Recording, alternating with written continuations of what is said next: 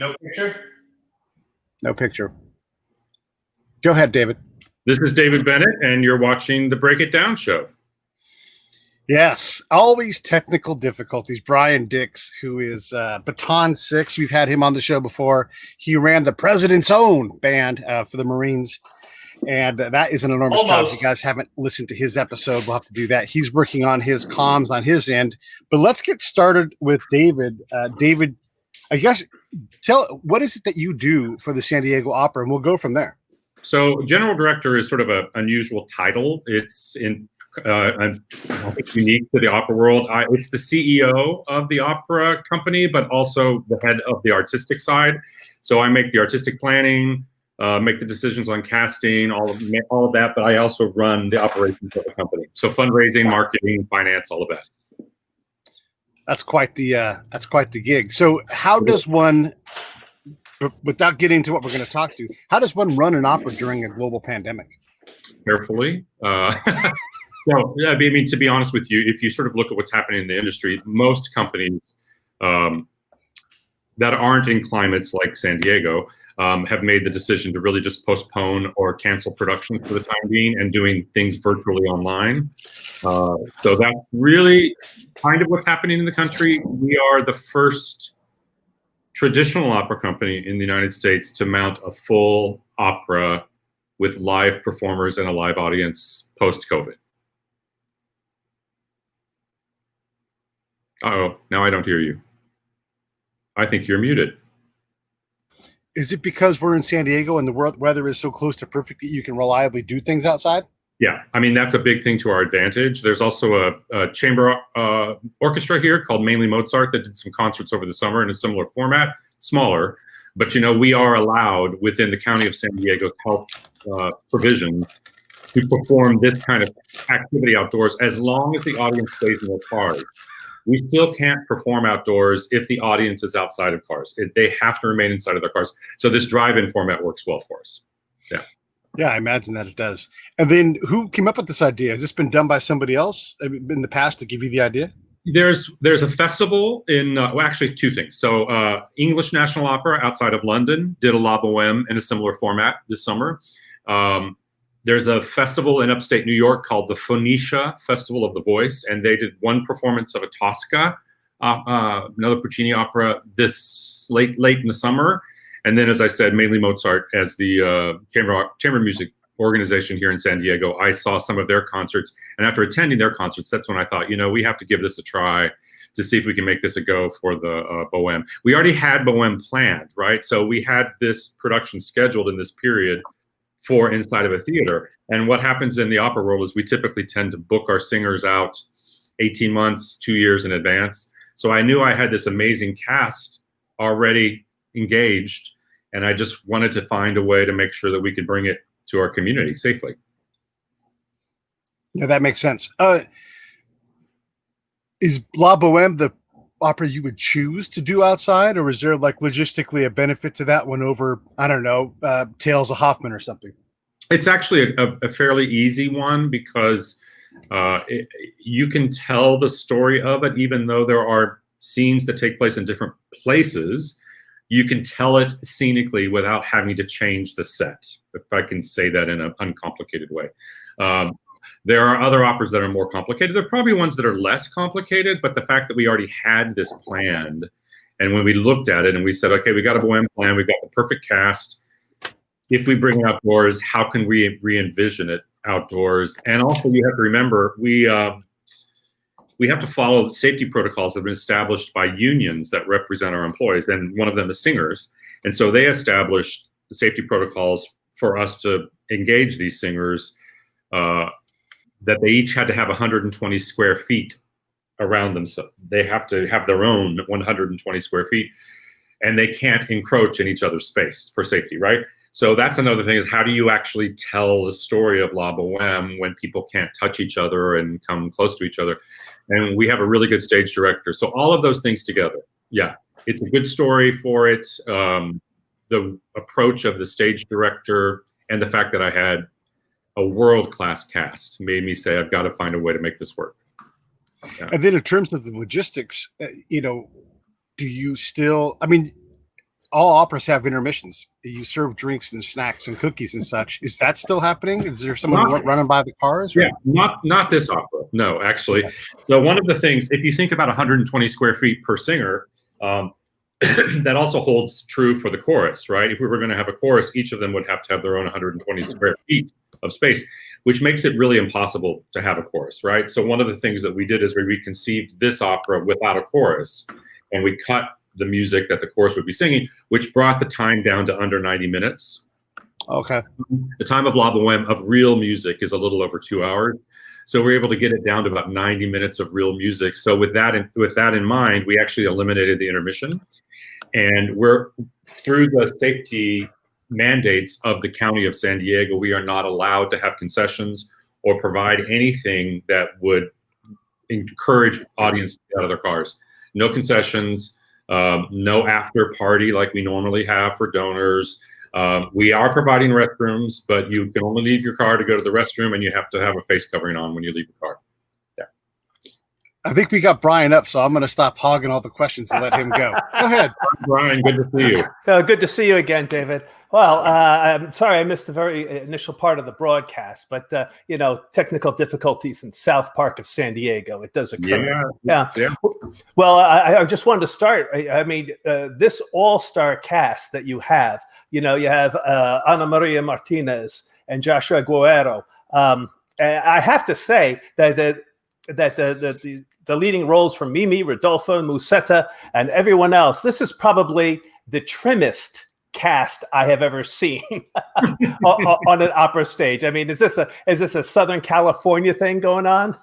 Well, actually, interesting enough, I mean, if you really look at the opera world now, opera singers are certainly more trim than they were 20 years ago, and certainly more trim than 100 years ago. But it just happens that, I don't cast with that in mind, I would say. I just cast for the voices that are appropriate and also the look and acting ability for the particular roles. It just happened to be that way in this production. We actually had another soprano booked for Mimì who had to cancel for some personal reasons only a few weeks before we started rehearsals, and Ana María Martínez was available, and she's an international star, and we were able to ask her to come and step into that role.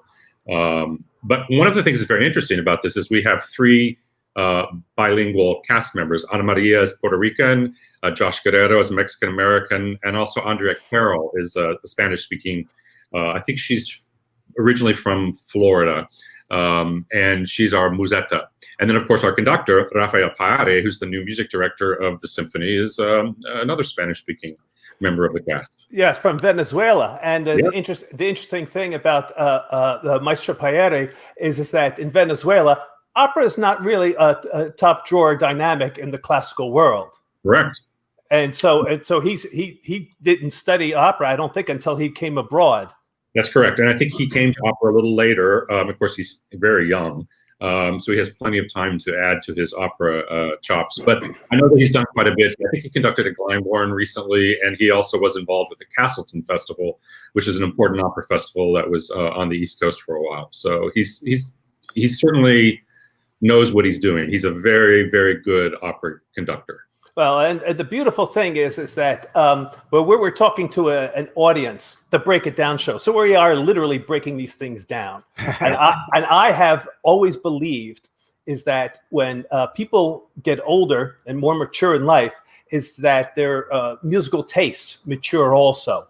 Mm-hmm. And here you are, and you're taking a very extremely mature taste of music, and you're actually eliminating the concert hall, which is a difficult line of departure to get involved in opera and classical music. People just don't want to get into that hall. They don't want to get into that scene and getting dressed up and all the hoity-toity things. And you're making a Camden, New Jersey drive-in and getting the family involved. I mean, what was the impetus? What was the absolute impetus for you to make that driving force? Well, I have to say, one of the reasons I was interested in coming to San Diego and taking this job from New York was because of the climate and thinking about how we could use the climate to our advantage. Do you know what I mean? Yeah. Well, first off, you said climate very quickly and then moved right on. But that is a highlight. But we have this opportunity here to move beyond the opera house because of the good weather that we have almost year round here in San Diego.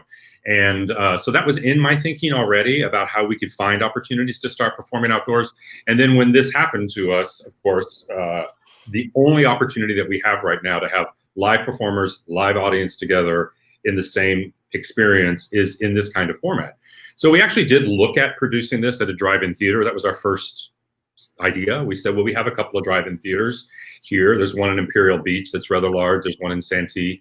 But you know, what's interesting now is that the drive-in theaters are getting first-run movies because indoor theaters are, you know, not functioning. So they have the major studios with, you know, inventory lined up. And so for them to actually allow us to take over that drive-in theater for a couple of weeks wasn't possible.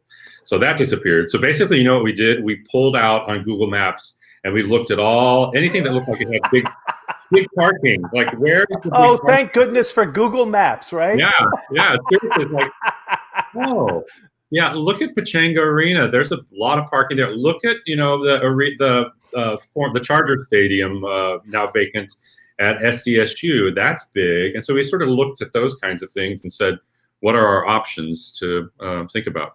Because we need, clearly you have to understand with the space requirements that we have to build a very large stage. And then of course we have to have enough capacity for cars to make it worthwhile. Yeah. Now, original opera there was no stages. It was done in the outdoors, correct? So basically, I mean, if we didn't have cars, it'd be carriages. Correct. That's very, very, very good observation. Yeah. So actually, you're not doing anything different. We're circling back. How's that? Right. Well, and one of the interesting things is that you have a very strong vocal background yourself. You are a singer. You have sang in choirs, but you also have artistic chops for artistic administration. And besides running a small opera company, you are also running a dance company in New York. Right. So I was a singer, and I did start off I started off as an actor, and then a choral singer, and I played piano and violin and trumpet, but then I studied voice in college, and then wound up singing professionally. Sang opera professionally for about 10 years. You can say what college. People would be interested to know. Oh, I went to TCU, Texas Christian University, Horned Frogs, for my undergraduate, and I was based in the Dallas-Fort Worth area, and I was teaching voice and I was singing. And as like all singers, it's kind of itinerant. You move around. You go to this city and sing, and then you come back, and taught in between. And then I studied arts management at SMU in Dallas. And SMU was the first university of its kind to do something like this. There are other ones like it now, but that offered an arts management degree that was 2 degrees concurrently, an MA in arts management from the art school and an MBA from the business school at the same time.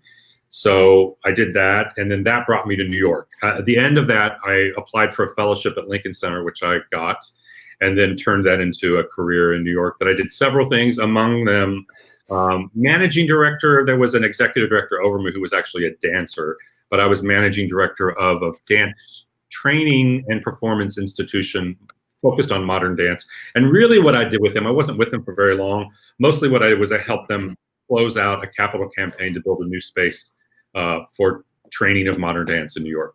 But I was a consultant for a while, working in performing arts facilities consulting. So I did feasibility studies when a city or an entity wanted to build a new venue. So I did that kind of work too, which was quite interesting. So does feasibility studies, does that include examining Google Maps? It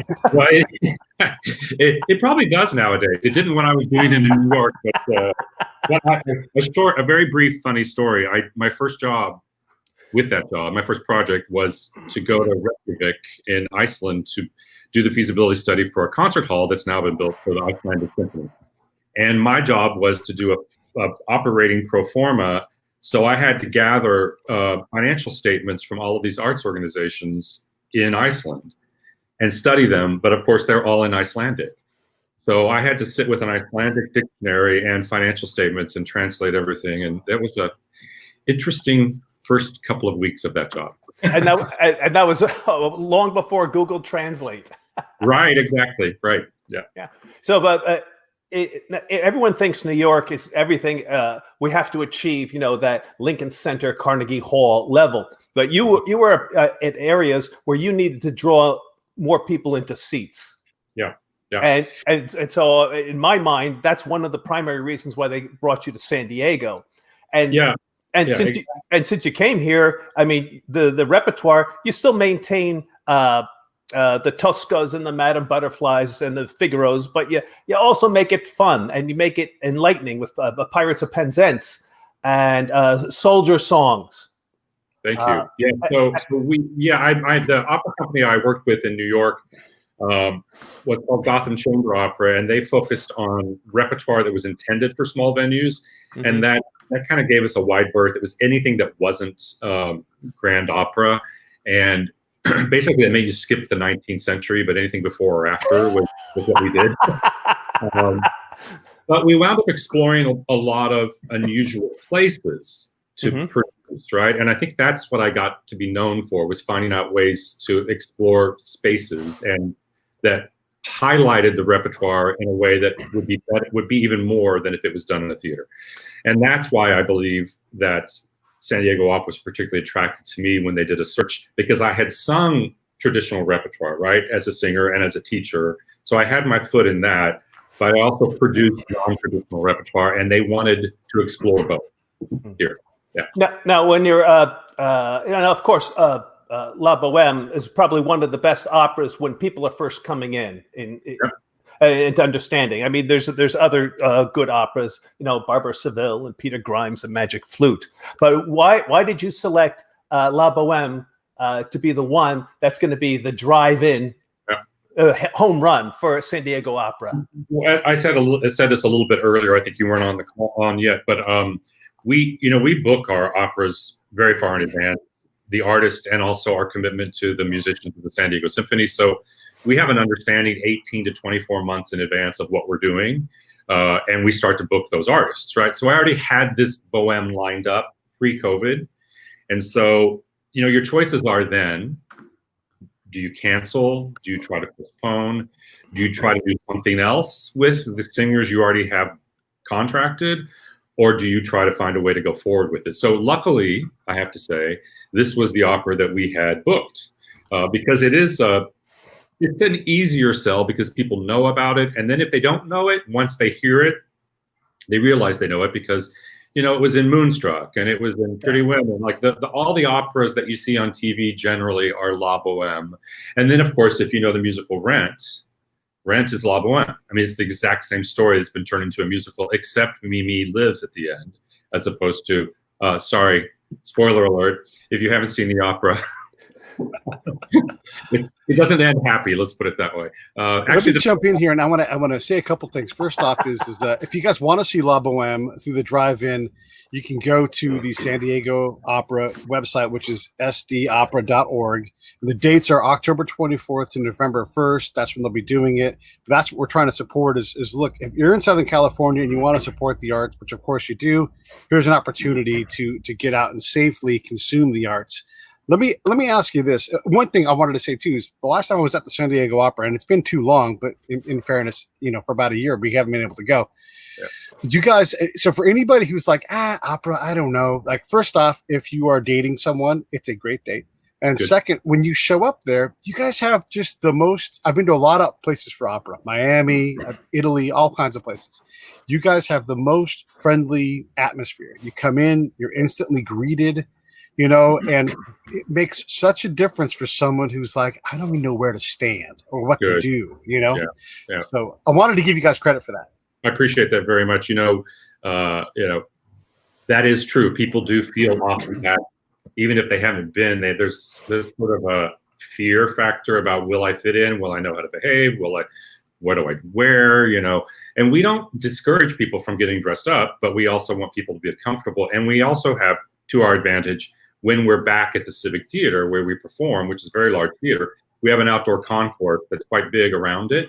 And again, the climate is nice here. So for all of our performances, we have food vendors and some nice market lights that are strung. So it feels like a festive atmosphere outside of the theater, as opposed to just feeling confined inside of the building.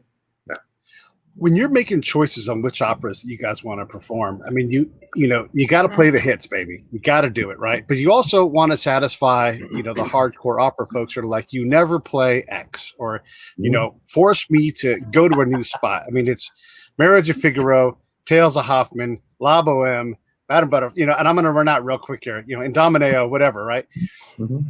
How do you make those choices so that you're satisfying? I mean, it's such a massive canon of things, but there's just these classics that are always played over and over again. How do you satisfy the crowd? So right now, so we have 2 series. That's one thing, right? So our main stage series is at the Civic Theater, and those, we do sort of think of those as our cash cow a little bit, because we need those to, nothing's profitable in performing arts. We always lose money whenever we open the doors. We have to have donations to support us to be able to do it. But the ratio of box office is higher at the Civic Theater.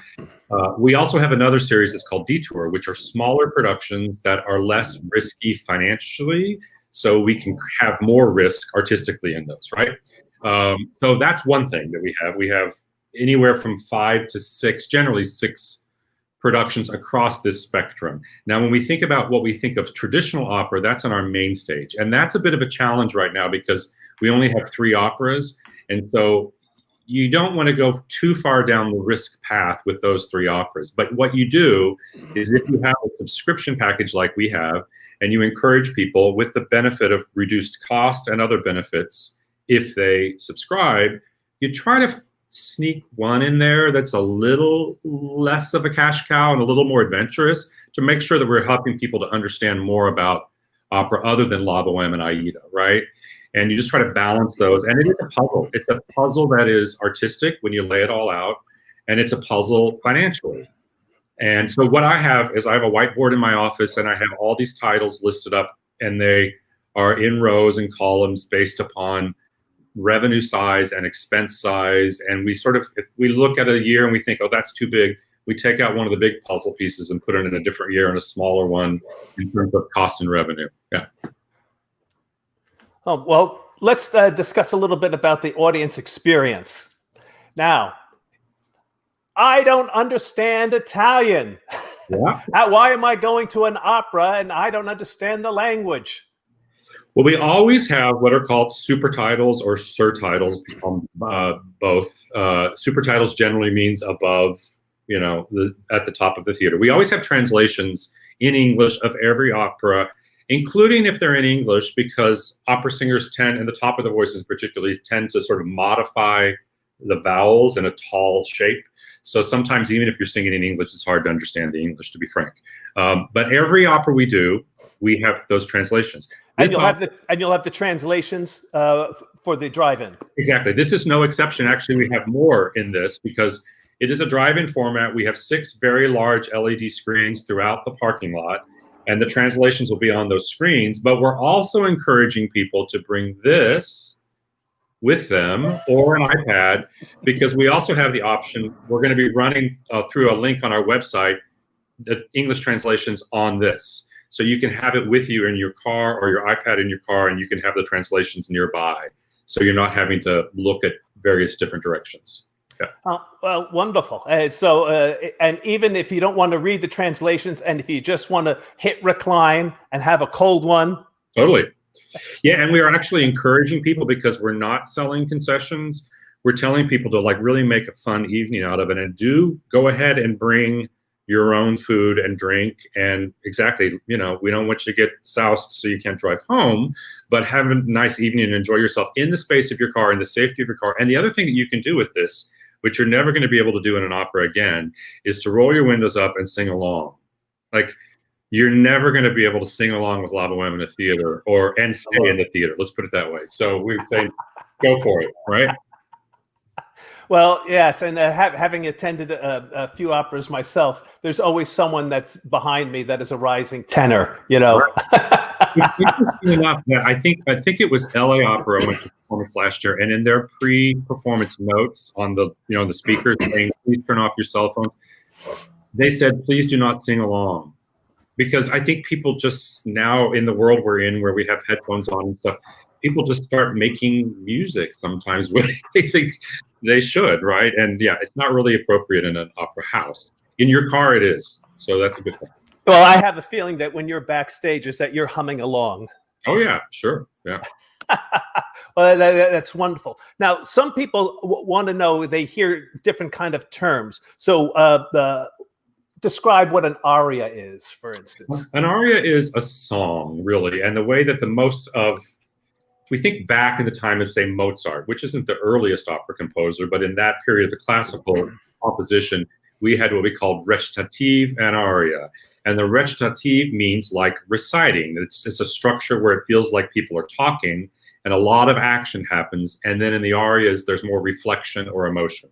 And that's evolved over time into the time of this particular opera, Puccini, where you have ensembles and arias. And it generally is a moment where one character is really expressing their feelings, right? So they're singing to another character or they're reflecting, but it's a song. It's a one person singing alone.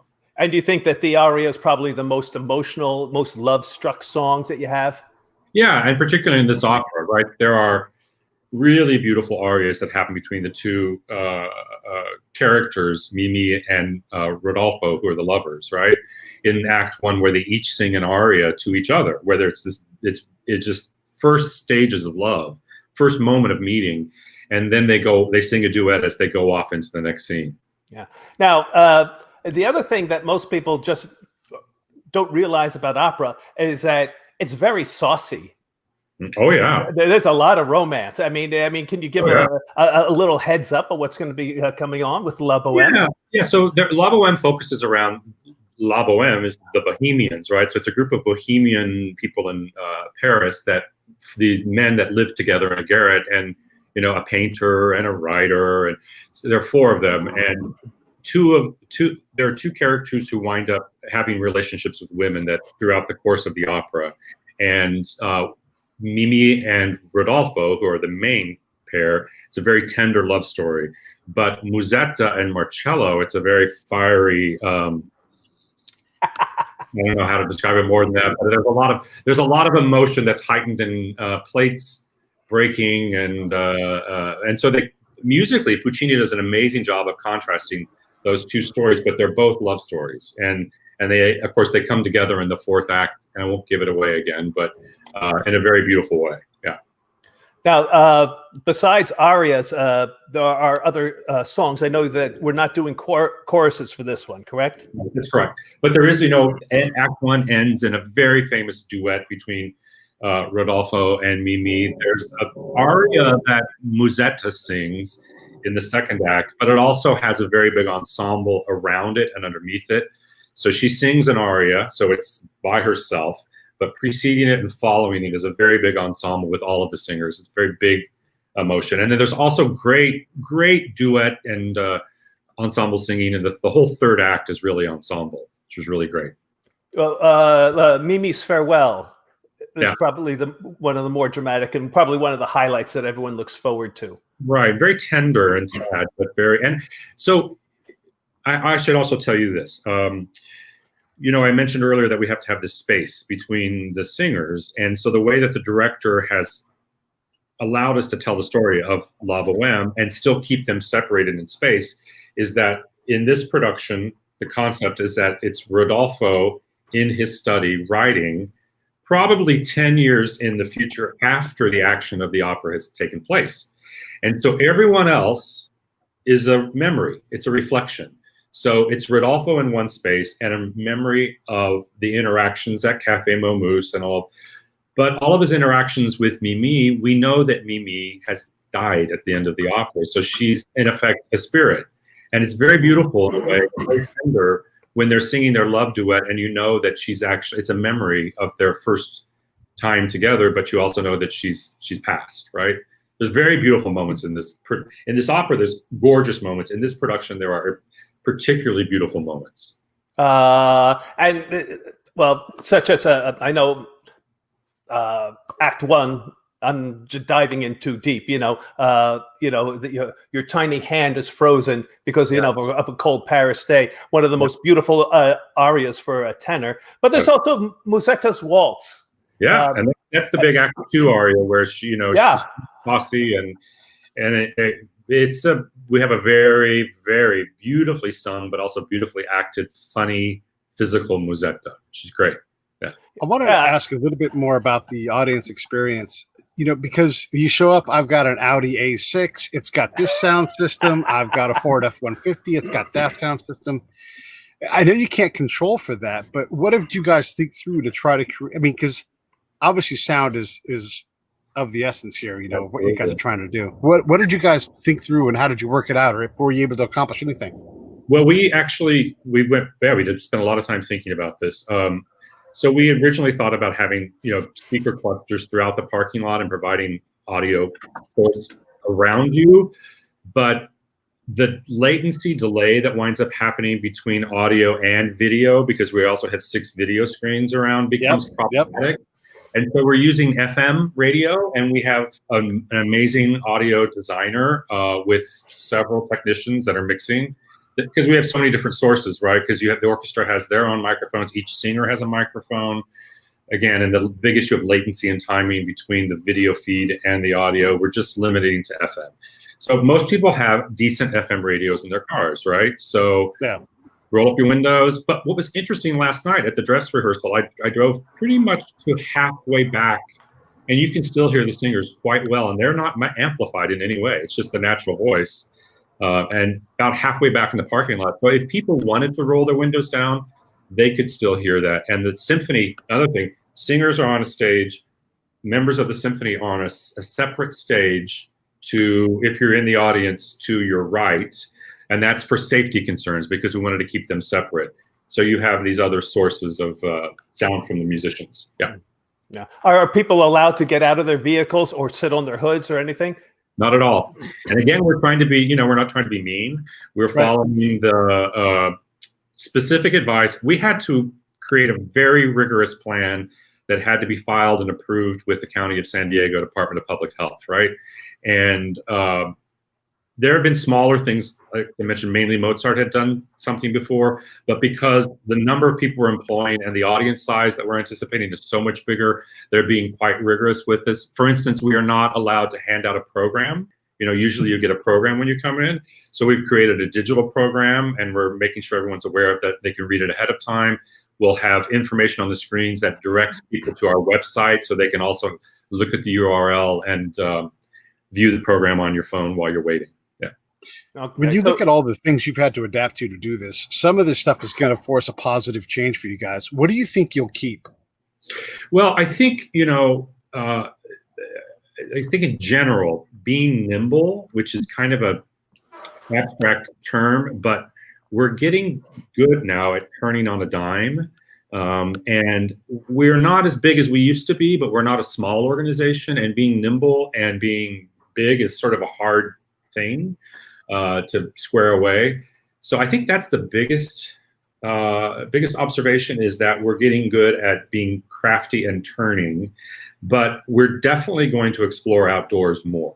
We're going to be doing more things outdoors. Yeah. Well, and while you're doing more things outdoors, I know like you said, it's very difficult to turn things on a dime, but is this changing the way that you're going to start programming? I don't think so. It's a good question. I don't think so, because I think we'll still, economically and financially, and the business model that I think feels right for us at this time, that helps us guarantee our fiscal health. Do you remember the opera company almost went away a few years ago? So the size that we are feels right for us in terms of building our stability. So I think we'll be in this model of 3 main stage operas and then a number of other operas in this detour series. However, I could envision that maybe we don't do all 3 at the Civic Theater. Maybe we do a main stage opera outdoors. And definitely, I'm already commissioning some works, some new works that are meant to be performed outdoors for the smaller series also. Oh, that's fabulous. Now, the musicians and the artists and all the technical advisors, they are probably just thrilled to death to be involved in this project. What's it like backstage? But tell me about some of the personnel. Yeah, it's remarkable. So this is the first work that most of the people that are involved in this production have had since March, right? And many of them have other sources of income, but many of them don't. So that's another very important story from this. It's important for us because as a company, it's what we do, and we provide the service that we're meant to provide to this community by performing. But we're also providing work to people that desperately need work. So the comments that people are talking about are heartfelt and really moved by this opportunity, and also the bravery that we're taking to try this. Right? There were questions from me early on from members of our board, and they weren't, disparaging in any way, but they were just saying, frankly, to do this, why do we want to take this risk? And I said, because we're an opera company, and it's our job to try to figure it out and try to figure out a way to do this, absolutely guaranteeing safety. And if we can't do it and guarantee safety, then we can't do it. But if we can, we should try. And also, we're going to provide people employment, which is really important. Right? Yeah. I want people to stay in this field. Exactly. Yeah. Opera is a risk. When they say, yeah. Well, and actually, frankly, I think we've been able to demonstrate to the county and to our audience that, frankly, going to CVS or going to the grocery store is more risky than going to the opera, because we've spent so much time and so much effort. We created a baseline. Every person involved in this had to test negative. We did a COVID test on everybody, so we established that baseline of negativity. We have an app that we have to check in every day and answer a series of questions. If anyone's symptomatic, they're pulled out. We retest. Knock on wood, no one has had a symptom yet. So we have a strategy for what would happen if someone did test positive. And we spent a lot of time, very rigorous time, thinking about this. The NBA and MLB have done a very good job considering all of the variables and how long ago they started doing this. That for sure is the thing. But there are other elements of safety that you still have to account for. And now you're in a new venue. So I'm thinking back, I think 3 years ago, they at the VA in LA, they did a presentation of Falstaff live outside under the stars. Gorgeous. Like the Getty off in the distance, the sunset, the whole thing. The night we were there, went off without a hitch. Tom Hanks is Falstaff, and there's all kinds of very notable people on there. The night after, they had an old guy who fell over in his chair, and they're like, everything stops. And so Tom Hanks does what Tom Hanks does. He improvised for 45 minutes until medical help came, and the guy ultimately ended up being all right. But these things happen, and surely it's happened at the theater, but you have a system in place where you guys can, deal with it, and it's fairly contained. You're at a drive-in, there's going to be an ambulance driving right up to a car or something. And we are not. We're not a place. We're at the sports arena, but Pachango Sports Arena is called now, which is not in a particularly quiet part of the city. It's not. There's not a lot of noise, but the freeway runs pretty nearby, so you have this sort of background of noise. So you're right. You can't control the weather, right? So there's things you just can't control. We've made plans. We've contracted Ace Parking, which is the big parking company here, to assist us with all of the parking in and out, but they also know how to manage safety issues. And we've created a very detailed plan to provide egress. And, we have to have an emergency path that goes in front of the stage and along all the sides. So all that's part of the planning. Yeah. Yeah. Now when we were talking about risk before, one of the simplest things that could have been done is just saying, hey, we're going to do recorded music. But you made the conscientious decision to say, no, we're going to do it right if we're going to get more people in. So we're going to have the symphony here. Yeah. And so can you discuss a little bit about that process? Yeah. So, we've been cultural partners with the San Diego Symphony for years, right? So there was a time where we had our own orchestra many years ago, and we contracted musicians on our own and had our own agreement with the musicians union. At a certain point, we then made the decision, way before me, to enter into a subcontracting agreement with the symphony, which is the best decision we could have ever made. So every musician that we hire is a member of the San Diego Symphony, and it's important for us, and it's important for them, because this also provides them the ability to work. They are a contracted symphony with employees, and they are guaranteed a certain number of weeks of work. So by doing this with the musicians and not doing it with piano, right, then we're able to help them with their commitment, the symphony with their commitment to the musicians as well. Plus, it needs to be with live music if there's any way to do it. It just is what it's meant to be. Yeah. Yeah. Along with the negotiation with the unions and these other elements that are external, it's one of the things in the arts, like in the film industry, we'd love to start. You have to convince us that you're not going to kill the people in the union. And then are other unions looking at what you're doing to see, is this feasible? Because I know Chicago wants to get running. Everybody wants to have Miami can follow you guys. Is that already happening? Yeah. I think the thing is, so because we have good weather, we're sort of ahead of a lot of cities, right? So we're in terms of the calendar. A lot of people just made the decision to say, we're basically postponing or canceling the season, and we'll do a lot of internal work, and we'll do Zoom things for our donors and that kind of stuff. So that's kind of what's going on this year. I think everyone's thinking about the next year now and how they can start to produce outdoors during the time of year that it's good for them. So I've gotten lots of calls in the past couple of weeks from general directors of other opera companies asking how we're doing this. We spend a lot of time with we have 5 separate collective bargaining agreements with different unions. Wow. And so we had to spend a lot of time figuring that out. And then again, we don't have an agreement with the union that represents the musicians, but we have an agreement with the symphony. So we had to spend a lot of time with the symphony. And I'll tell you, we didn't get to the final yes of the health and safety details until a week and a half ago with some of them. Yeah. So it was a little nervous making, but we knew we were going to get there because we were working on it. And again, for me, the safety was paramount. So I was willing to concede a lot of things because if it's in the benefit of safety, we're going to do it. Right. Right. Now, there are a lot of eyes on San Diego Opera. And there's a lot of eyes that are looking forward to success because there are not only classical artists, but there's pop and rock and bluegrass, and they want to know how it's going to be done. Yeah.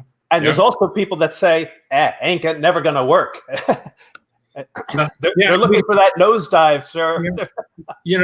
Somebody's got to take a risk. And, I think that's fine. I'm not afraid of that. I think we should explore it. And again, as I said to my staff and to the board, when we said we want to go down this path and explore, we may at the end of the day not actually be able to do this, but you're only going to know that if you try, and if you don't try, you're not going to know. And I do think it's important that we serve as a model to other people in the industry. We had a board meeting on Tuesday, and a board member asked me, "So, David, do you think this is a way that we can monetize this, and you can you can be a consultant to other companies?" I was like, "No, that's actually not the right approach. We should just do it.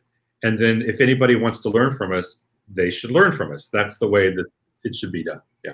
So in other words, you are taking copious notes through the entire process. Oh my gosh. Yeah. Yeah.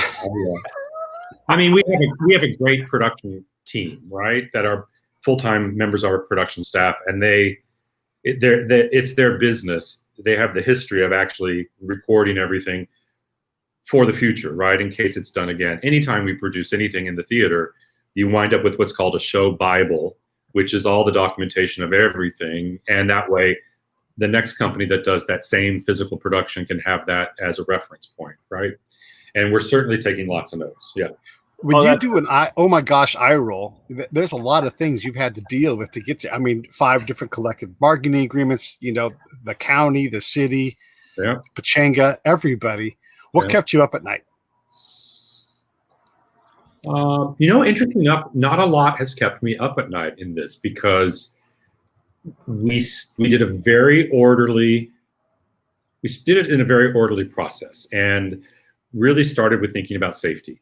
And once we got to the point of getting the county behind us, I knew it was gonna work. And it was just orderly, moving forward, checking things off. I already knew I had a great cast. So, I knew I had that asset, that if I could just figure out the path to get that to a yes. Other thing that I have to mention is that we hired a safety officer.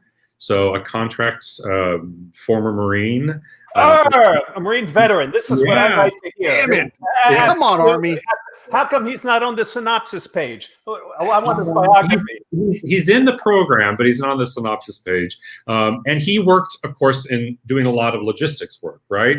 And he also has a background in public health. So we hired him on a contract basis to really oversee all of our safety coordination of all of the needs and communicating with the county. And once we had him in place, I guess before we had him, I did have a couple of sleepless nights, but once we had him, yeah. And who in the county was probably the biggest push to say, yes, we have to do this? Once we got on the radar of the head compliance officer for the Department of Public Health, he's in charge of all reopening planning.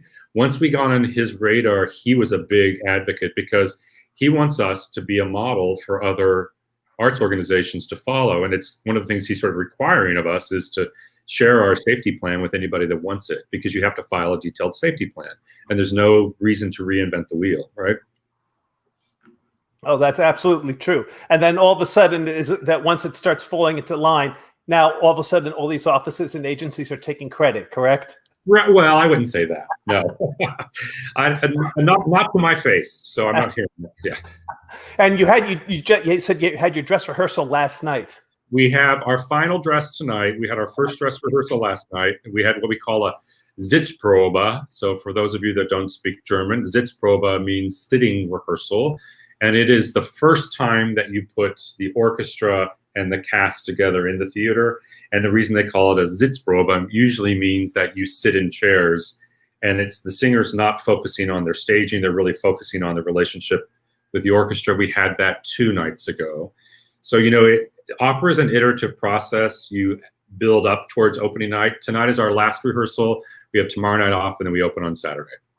Now, I can honestly say that in the Marine Corps, anytime there's a mission, and to us, opera, a performance, ceremony is a mission, is that it's called 5-paragraph order. And the fifth element is something that everyone always seems to forget, and it's the one that they work on, the one that's the most aggravating to think about, and it's time and temperature. Are you looking at the weather report for this weekend? Yeah. And you know, I will say that there is rain predicted late Saturday night, so we'll be fine, because you know this is a 90-minute performance. We start at 7:30. Audience members will be leaving between 9 and 9:30, so we should be fine. And then I think the last time I saw it, everything can change, but Tuesday looked good, and it looked good for the rest of the week. So absolutely. Well, I can honestly say, having made a career of doing outdoor performances, that when there's ever a threat of weather and you are relied on to make the decision, regardless of your decision, you will always be wrong. Of course. So, someone's going to say, you should have gone out, or you should have held back. Right. So, I mean, just stand the firm ground. I mean, I understand completely. Weather is one of the things that we cannot control. Right. One of my favorite weather performance stories is Prince at the Super Bowl show in Miami, and he was going to do a whole Purple Rain thing, and then it was storming like even hard for Florida. And, you know, the producer's freaking out because the halftime show, when it's going to be wet and there's dancers and everybody's wearing heels. And so they nervously call up Prince, and they say, "Oh my God, Prince, it's raining harder than it's ever rained before. Are we going to be okay?" And he's like, "Can you make it rain harder?" You know? That's great. Yeah. That's awesome. Yeah, that's good for your back pocket when those guys are like, "It's kind of cold." You're like, "Let's make it colder. Let's dig in." Yeah. It's awesome. Yeah, but on a cool night with a threat of rain, I mean, all it does is it just adds to the excitement of performance. Of course. You know, I'll tell you a quick story that when I was producing in New York, we produced an opera at the Brooklyn Botanic Garden, and we only had 1 day to tech it, because we had to tech it. Yeah, we had teched it on Father's Day, and then the next day we opened. And tech went beautiful, sunny, gorgeous. Day of the opening, it started to rain. And I got a text from the director, and she was on the Upper West Side, and she said, "David, it's raining on the Upper West Side." I said, "Well, the Upper West Side is not Brooklyn, so I get it, but I'm headed out that way." And by the time I had gotten there, it had poured rain. But it was 3 p.m, and there was steam coming off the grass, and I started to freak out. And I thought, you know what? All we can do is just hope. And it all dried out. And The sky was pink with white clouds in it at sunset.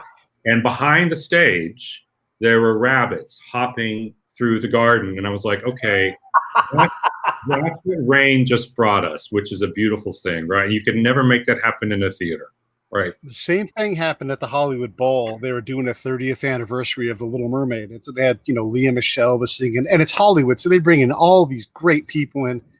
And it just rained enough so that you're like, oh, it's raining. And then on the Hollywood Bowl and on the screens, they have all the rain falling throughout the show. So it was like you were in this immersive experience. If it had rained any harder, and this place was packed, we probably would have lost half the crowd. But you never really got fully cold. Yeah. It was just, and no one brought an umbrella. I mean, come on, it's right. But it was perfect. It was great. You were like this immersive experience where the rain and the water, it was a wonderful thing. So it'll work out. I'm sure it will. We're going to be good. Now, I want to discuss Act 3. Okay. Yeah. Act 3. Now, having been at Pechanga for a number of events, people want to leave early to beat the traffic. Yeah. And what is your advice? Well, in this opera, if you leave early, you're going to miss the whole opera because it concludes with the surprise. And it's also the most poignant part of the opera. Is beautiful and heartfelt, and particularly in the staging when you see that she had been a ghost in effect. So you need to stay to the end. I'm just going to put that in general of this opera, even if you're seeing it indoors or wherever. But at Pechanga, like, you're going to be one of 500 cars probably on opening night or more. Again, we've hired Ace Parking. They're used to getting in and out 7,000 cars in that parking lot when there are big concerts at Pechanga. So they have a very detailed plan for how to get people in and out. And we have many more exits than we have entrances. Let's just put it that way. There are a lot of exits that they open up on side streets, onto Kurtz and onto other streets that they don't have open at the beginning of the performance. So they're confident they can clear it out in no time at all. Now, and go ahead. When the show is over, will there be a chorus of honking cars, and will you encourage that with signs for honk? Because we want to thank them for sure. Totally. So actually, I do a speech we call a pre-curtain speech for every performance, and so I wrote it in effect yesterday, and I tested it out last night. And I am going to tell people, like, we want you to show your appreciation. You normally do that by applauding. So you have two options here. One is to honk, and one is to flash your lights. Now, if you flash your lights, please turn them back off. So you don't have your lights on during the rest of it. So yeah, we're encouraging people to honk and show their appreciation. Yeah. Well, this is also Southern California, so there may be some backfire on the older vehicles. Well, that's true. What we're doing though, we're also communicating very clearly. Like, if you're having any issues with your battery, because if you're leaving your car running, but the power on to listen to your radio, but not with the engine running, we've got Ace ready to go with jumper cables if they need to. And one of my instructions from the stage is, if you have a problem, raise your hood and they'll come and help you out. Oh, delightful. For many years, I'm just one of these junkies that anytime there's after a performance, I'm always at the stage door. Yeah. Just so I can go ahead and greet. And I'm just probably familiar that's not going to happen. There's no opportunity for anyone to greet. Unfortunately, no. And, we always have an opening night cast party with our donors, and we're not doing that. Like, it's one of the really sad things about this experience is we love to tell the artists how much we appreciate them after that opening performance and let them celebrate together. And we just can't do that. We're not able to do it in this environment. Would San Diego Opera consider possibly maybe after opening night, if members of the audience wanted to do a Zoom with several of the cast? Do you think that? It's not a bad idea. We'll have to see if they are willing, of course. We always have to ask them to do those things. They're a very generous cast. Ana María Martínez, our Mimì, taught some of our high school students through our education program the other day. She gave them virtual Zoom voice lessons just because she's that kind of person, right? So they're all very generous, but that's not a bad idea. We have several Zoom activities. I have one this afternoon with donors that we do throughout the week, and that might be a nice opportunity next week, just to have people say tell them what they thought. Yeah. Such excitement in the air. Opening night is Saturday after what, a 7-8 month recess. Yeah, we're back. It's going to be hard for them not to run on the stage. Just start belting it out. They're thrilled. I mean, they're so excited to be working again and doing the thing that they do, sing, right, and be here with us. And it's just the chemistry of this cast is amazing. They're all very generous, starting off at a very high level of singing. As a matter of fact, I'll tell you a story. Scott Sykin, who is a member of the cast, who's a local singer, sings what we call comprimario roles. Those are the smaller roles, but he lives here. He's a fine singer. He sings with us a lot. This is his 6th La Boheme with San Diego Opera. Now, we do La Boheme about every 5th year, so that means he's been doing La Boheme in San Diego for 30 years. And he came up to me after the rehearsal on Saturday. We ran through everything together and said, David, this is the best Boheme cast we've ever had in San Diego. And he's so excited to be a part of it. So, yeah. Oh, this is fabulous. I mean, Saturday, October 24th, it's going to be news. It's going to be not only for San Diego County, Southern California. I'm hoping that the dozens and dozens of people that follow me on Twitter, so I'll get someone to come in, a few of them to come in or tell their friends. I mean, this is just to be absolutely fantastic. I mean, and you don't have to like opera, but it's just getting out there and being together and being with your neighbor. I mean, this is what it's all about. It's a communal experience, and we haven't had a chance to do that in such a long time. So I agree. Yeah. Yeah, I appreciate you doing it. Anybody who's looking on the screen right now, you can see the link. Basically, just go to sdopera.org and you can get tickets there. I'm planning on trying to go. We've got to get down from Orange County, so we got to figure logistics out. But I love it. I love La Boheme. You can support San Diego by spending the night in town. We do have hotels here and a few restaurants and a little place called Little Italy. We do spend my money, Brian Dix. we do have a link for hotels on our website, just so you know. So if you need a little help with that, we'll help you out.